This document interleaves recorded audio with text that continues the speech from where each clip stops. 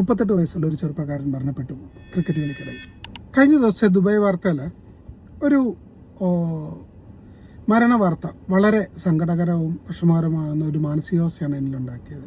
സാധാരണ ഒരു ഞായറാഴ്ച പോലെ സുഹൃത്തുക്കൾക്കൊപ്പം ക്രിക്കറ്റ് കളിക്കാനായി ദുബായിലെ ഗ്രൗണ്ടിലെത്തിയതാണ് കർണാടക ഭട്കൽ സ്വദേശിയായ മുഹമ്മദ് സഫ്വാൻ എന്ന 38 വയസ്സുള്ള ഷാനു. ബാറ്റിങ്ങിനിടയിൽ പെട്ടെന്ന് കുഴഞ്ഞു വീഴുന്നു. സുഹൃത്തുക്കൾ ആശുപത്രിയിലേക്ക് എത്തിച്ചെങ്കിലും ജീവൻ രക്ഷിക്കാനായില്ല. തൊട്ട് തലേ ദിവസം പോലും സുഹൃത്തുക്കൾക്കൊപ്പം മാർക്കറ്റിൽ പോയി ഷോപ്പിംഗ് ഒക്കെ നടത്തി വളരെ ഉത്സാഹഭരിതനായി നടന്നിരുന്ന ഒരാൾ ഇനി തങ്ങളുടെ കൂടെയില്ല എന്നുള്ളൊരു സത്യം ഇനിയും വിശ്വസിക്കാനായിട്ടില്ല അദ്ദേഹത്തിന്റെ സുഹൃത്തുക്കൾക്കും കുടുംബാംഗങ്ങൾക്കും. 38 വയസ്സുള്ള ഒരു ചെറുപ്പക്കാരൻ മരണപ്പെട്ടു ക്രിക്കറ്റ് കളിക്കിടയിൽ ബാറ്റിംഗ് ചെയ്തുകൊണ്ടിരിക്കുമ്പോൾ. പ്രത്യേകിച്ച് അസുഖങ്ങളൊന്നുമില്ല. 4 മക്കൾ, 3 ആമക്കളും ഒരു കുഞ്ഞു പെൺകുഞ്ഞും.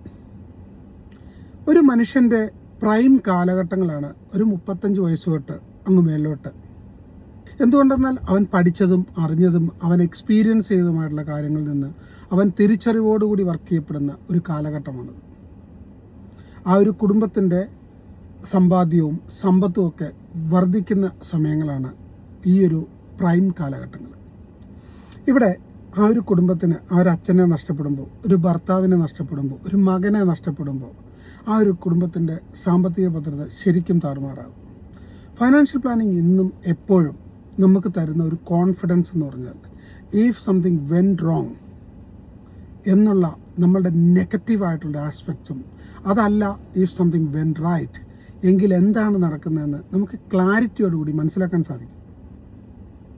ഞാൻ എപ്പോഴും നിങ്ങളോട് എല്ലാവരോടും ഞാൻ എൻ്റെ ചാനൽസ് വഴി പറയാൻ ആഗ്രഹിക്കുന്നത് എപ്പോഴും ഒരു കാര്യമാണ്.